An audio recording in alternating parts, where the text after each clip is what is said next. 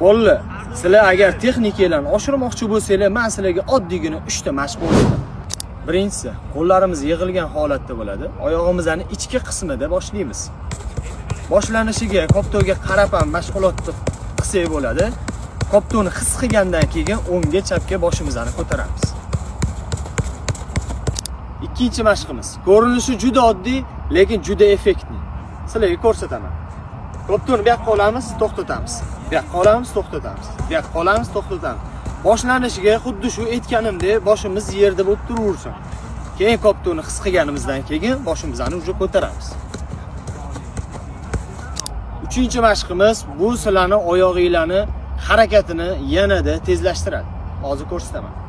Chap oyoqda o'ng qo'l, o'ng oyoqda chap qo'l. Boshlanishiga o'sha aytganimdek koptoga qarab qilaveramiz. Keyin uje chustvet qilganimizdan keyin boshimizni ko'taramiz. O'ngga, chapga. O'ngga. Agarda shu ko'rsatgan 3 ta mashqimni sizlar uy sharoitida qilsanglar, sizlarning texnikangiz zo'r bo'ladi.